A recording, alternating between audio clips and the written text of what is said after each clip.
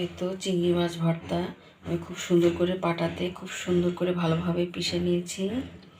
এই ভর্তাটা গরম ভাতের সঙ্গে খেলে ভীষণ মজা লাগে, তার সঙ্গে লেবু চিপে খেলে আরও অনেক বেশি মজা লাগে।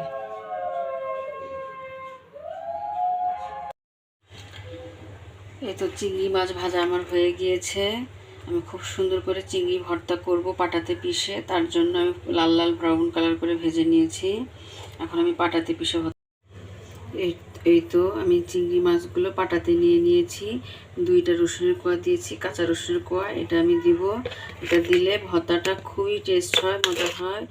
কাঁচা রসুনের কোয়াটা একটু পিষে দিলে ভর্তার যে গন্ধটা খুব ভালো লাগে। আর এই তো আমি লবণ দিয়ে দিলাম, আর একটু দিব, পরিমাণ মতো লবণ দিলাম। এখন আমি এই শিলপাটাতে আমি এখন পিষবো।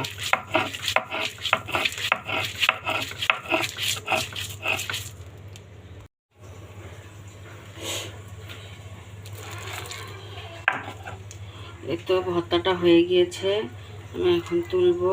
দেখুন কত সুন্দর করে একদম মালিশ করে পিষেছি, যেন চিংড়ি মাছের যে একটু করে শুন থাকে, হ্যাঁ, একটু করে ছালের মতো থাকে না, ওইটা যেন না থাকে, ওটা যেন গলাতে আটকে না যায়, যেন খুব সুন্দর করে পিষেছি। তো বাটিতে এখন আমি তুলবো, বাটিতে তুলবো।